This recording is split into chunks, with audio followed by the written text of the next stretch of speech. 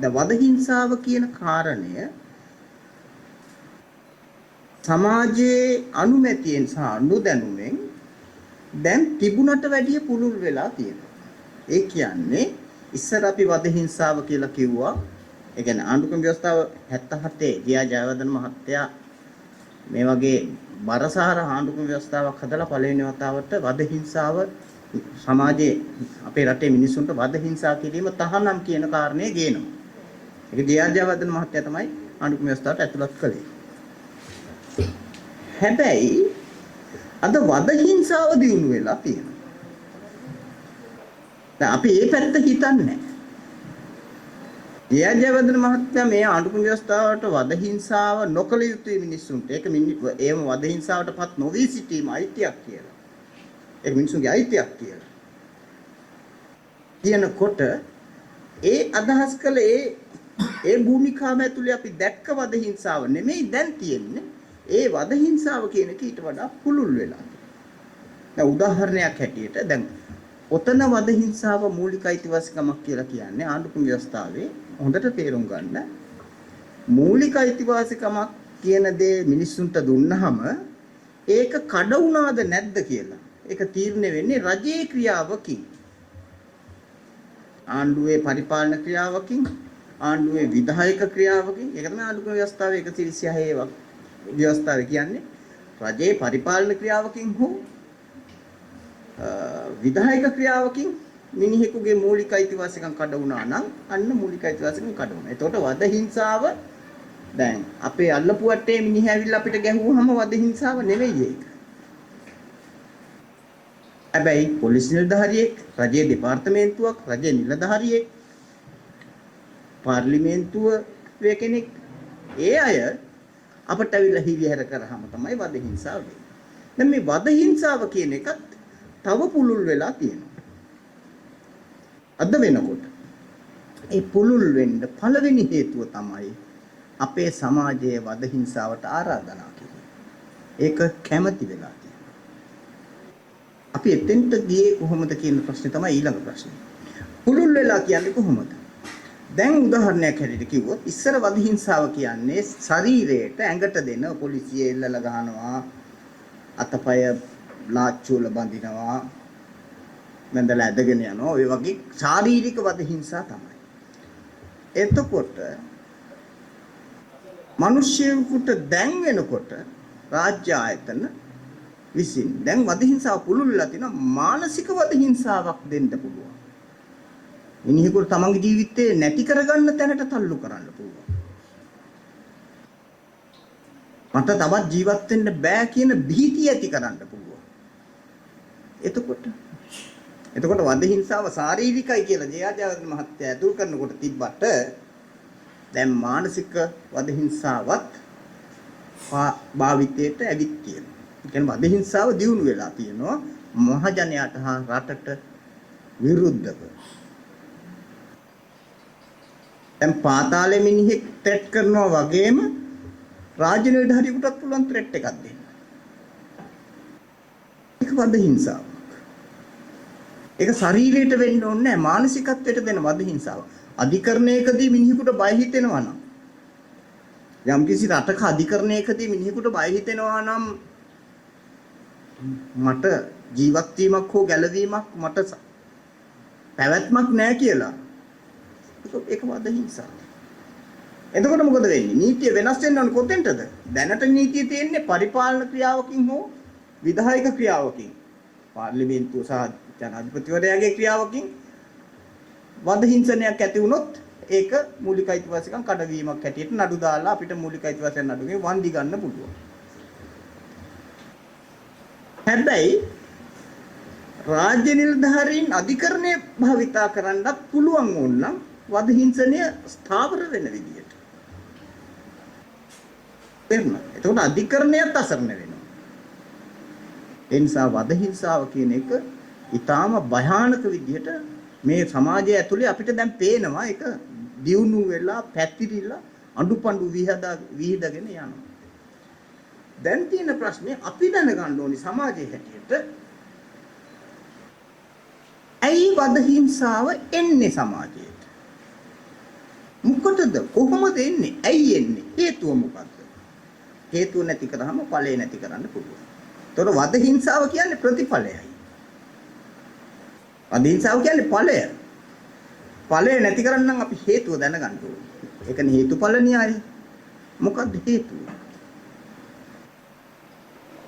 මේක අපි ඉතිහාසයේ ඉඳලා බැලුවොත් එහෙම මේ සංවිධිත අපි දැන් ආණ්ඩු තියනවා, අයිතිවාසිකම් තියනවා, රැකියාවල් කරනවා, පෞල් සංස්ථා තියනවා, විවාහේ ලියාපදිංචි කරනවා, ශිෂ්ට සමාජයක් හැදිලානේ තියෙන්නේ.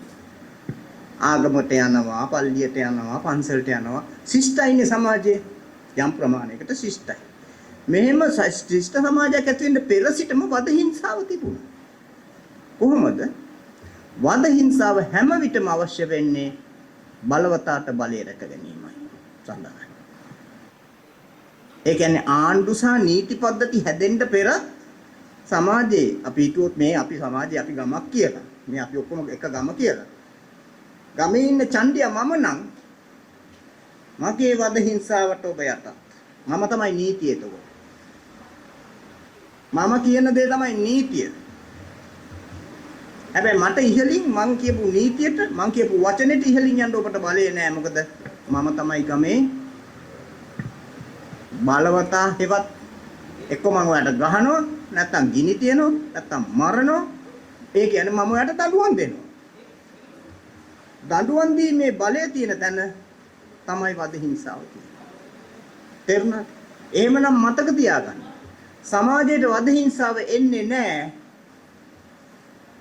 පාලන බලය දන්නේ නැතුව. යම්කිසි පාලකෙක් මොන ආණ්ඩුව තිබුණා වද හිංසාව වෙනවා නම් පාලනය දැනුවත්ව තමයි ඒකේ. පැහැදිලිද මම කියන දේ? එතකොට වද හිංසාව අවශ්‍ය වෙන්නේ ඇයි පාලනයට? දැන් වද දීලා කන පැලෙන්න ගහලා කකුල් දෙක අතර ගිහලා ජිප් එකේ බිම දාගෙන අරන් ගිහින් මොනවද මේ කරන්නේ?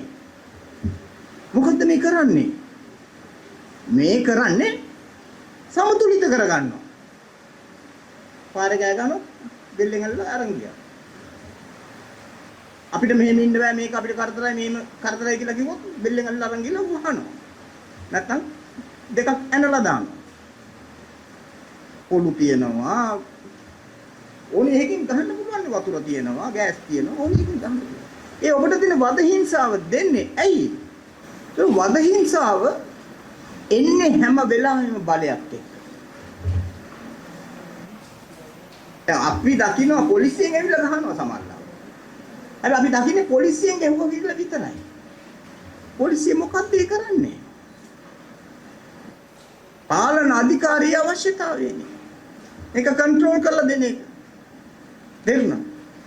එතකොට කන්ට්‍රෝල් කරන්න වද හිංසාව ගේන්නේම කන්ට්‍රෝල් කරන්න හේතුවක් ඇතුව. මොකද්ද? පාලනය අර පාරට ආපු මිනිහා නැත්තම් මේක වැරදි කියලා කියපු මිනිහා හෝ මිනිස් සමූහය හෝ කොටස යම් දෙයක් පාලනය වැරදි කියලා කියනවා. පඩු මිල වැඩි කියනවා. මේ බද්ද වැඩි කියනවා. මේ පාලනය වැරදි. මේ කොහොම කරන්න එපා අපිට වේදනයි අපිට කරදරයි අපේ ළමයින්ට කරදරයි කියලා මිනිස්සු කෑ ගන්නවා. ඒ සාමාන්‍ය මිනිස්සුගේ හැටිනේ. මේක කරදර නම් කරදරයි කියලා කියනවා. කියනකොට තමයි වද හිංසාව වෙන්නේ. එහෙමනම් එතන තියෙන සමීකරණය මොකක්ද? රාජ්‍ය පාලනයක් නැත්නම් ආණ්ඩු පාලනයක් ජනතාවට සුබවාදී නොවනකොට ආණ්ඩුවකට අවශ්‍ය වෙනවා වද හිංසාව. පැහැදිලිද මම කියන දේ? ආණ්ඩු පාලනයක් පත් කරගන්නේ ජනතාව. අර ජනතාවට කියපු දේවල්ම කරලා ලස්සන ජන සමාජයක් තියෙනවා නම් වද හිංසාවක් ඕනේ නැහැ. මොකද මිනිස්සු පාරට එන්නේ නැහැ. පාරට එන්නේ සින්දු කියන මිනිස්සු. දී ගයන් ආණ්ඩුවට ප්‍රශස්ති ගායනා සහ මොනවද? සෙත් කවි කියන පාරට. එතකොට ආණ්ඩුවක් මිනිස්සුන්ට දුන්නා නම් යම් කිසි සිහින සාගරයක් ඊට විරුද්ධ වෙදියක් නම් පාලනය කෙරෙන්නේ රටේ මිනිස්සු කෑ ගහන්න පටන් ගන්නවා. ඒක හැම රටකම වෙන දෙයක්. මිනිස්සු කියනවා නෑ ඔක වැරදි කියලා. තේරුණා? එතකොට එහෙම වැරදි කියනකොට ආණ්ඩුව මිනිස්සුන්ට සවන් දෙන්න ඕනේ. සවන් දෙනවා වෙනුවට පැටර්න් පොල්ලෙන් දෙනවා නම් එතන තියෙන අදහිංසාව. එහෙම ඔය සම්බන්ධයෙන් හොඳ ලස්සන නඩුවක් තීන්දුණා ඇමරිකා එක්සත් ජනපදයේ ජොන්ස්ටන් කියලා. ඒ කියන්නේ ඇරිසෝනා ප්‍රාන්තයේ මිනිසුන්ට බද්දක් පැනෙවුවා. ප්‍රාන්ත රජය මේ වයිට් හවුස් එක. හරිද? බද්ද පැනෙවුවා මිනිස්සු කිව්වා නෑ. මිනිස්සු කිව්වා මේ බද්ද වැඩි අපිට. මේක දරන්න බෑ. කොච්චර ලස්සනයිද ඒක? මිනිස්සු කියනවා අපිට මේ බද්ද දරන්න බෑ. මේක එපා. කොච්චර වැඩි මේ තියෙනවනේ බද්දක්. ඒක තව වැඩි කරන්න එපා. අපිට ඊට වැඩි දරන්න බෑ කියලා. ප්‍රාන්තයේ මිනිස්සු කිව්වා. අහුන්නේ වගේ හිටිය දවරම.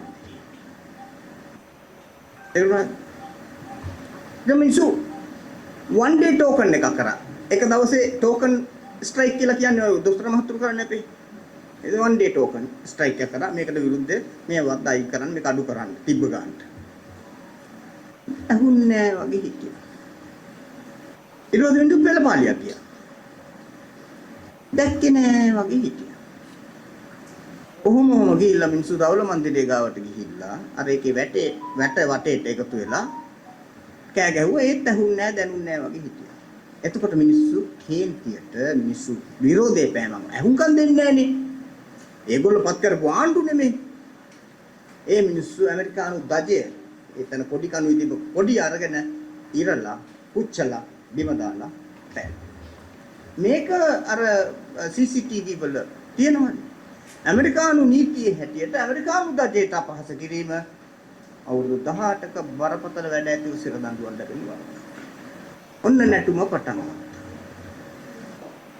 අර CCTV දර්ශන වල ඉන්න කවුද ඇදලා ගත්තේ කවුද ඉරුවේ කවුද ගිනි තිබ්බේ කවුද පෑවේ ඔක්කොම සෙට් එකම තියෙනවද නඩුව දැම්මා.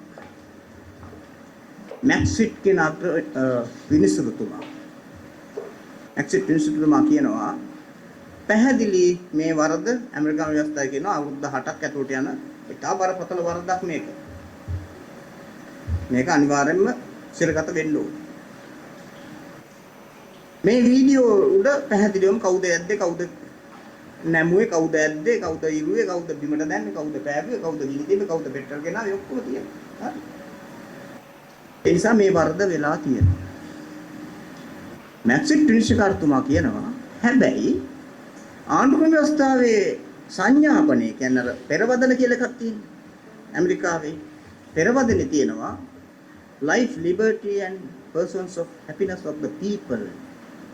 තමයි මුළු ව්‍යවස්ථාවම හදලා තියෙන ඒ උදෙසා. ඒ කියන්නේ මිනිසුන්ගේ ජීවත් වීම, මිනිසුන්ගේ නන්නාකාර නිදහස සහ ප්‍රීතිමත් ජීවිතයක් ලබා දීම සඳහා ආණ්ඩුක්‍රම ව්‍යවස්ථාව හදන්නේ. ඒ යටතේ තමයි ඇමරිකාව පාලනය වෙන්නේ. ඒ සඳහායි ඇමරිකාව පාලනය වෙන්නේ.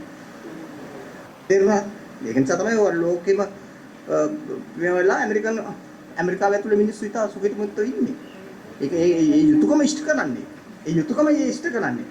හරි? එතකොට දැන් කියනවා ආණ්ඩුක්‍රම ව්‍යවස්ථාවේ මැද තියෙන වගන්තියකට අනුව මේක වරදක් කියලා තිබුණා වුණාට ආණ්ඩුක්‍රම ව්‍යවස්ථාවම හදලා තියෙන ඔක්කොම වගන්ති හදලා තියෙන අර අරමුණ තමයි. එතකොට මිනිස්සුන්ගේ නිදහස කියන්නේ life liberty නිදහස කියවහම නිදහස නන්න බෑරුනේ එක විදිහේ නිදහස තියෙනවා.